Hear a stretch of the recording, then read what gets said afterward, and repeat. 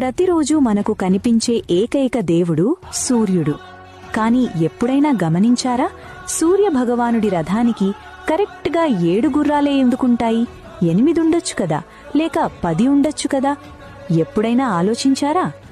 కశ్యప ప్రజాపతి మరియు అదితిదేవికి జన్మించిన వాడే సూర్యుడు. ఆయన ప్రయాణించే రథానికి ఒకే ఒక్క చక్రం ఉంటుంది, అదే కాలచక్రం.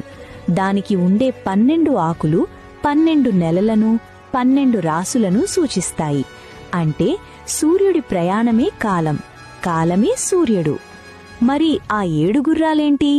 వేదాల ప్రకారం అవి గాయత్రి, బృహతి, ఉష్ణిక్, జగతి, త్రిష్టుప్, అనుష్టుప్, పంక్తి. ఇవి సప్త ఛందస్సులు. సామాన్యంగా ఈ 7 గుర్రాలు వారంలోని 7 రోజులను సూచిస్తాయి. అంటే సూర్యుడు ఏ రోజూ సెలవు తీసుకోడు, కాలం ఆగదు. సూర్యకాంతిలో ఉండే 7 రంగులే ఈ 7 గుర్రాలు. సూర్యుడి రథ సారథి పేరు అనూరుడు.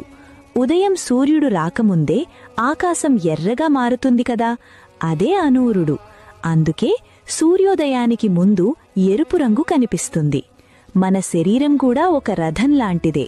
మనలోని 5 ఇంద్రియాలు కళ్ళు, ముక్కు, చెవులు, నాలుక, చర్మం, మనస్సు, బుద్ధి, ఈ 7ంటిని ఆ 7 గుర్రాలతో పోలుస్తారు. వాటిని అదుపులో ఉంచుకొని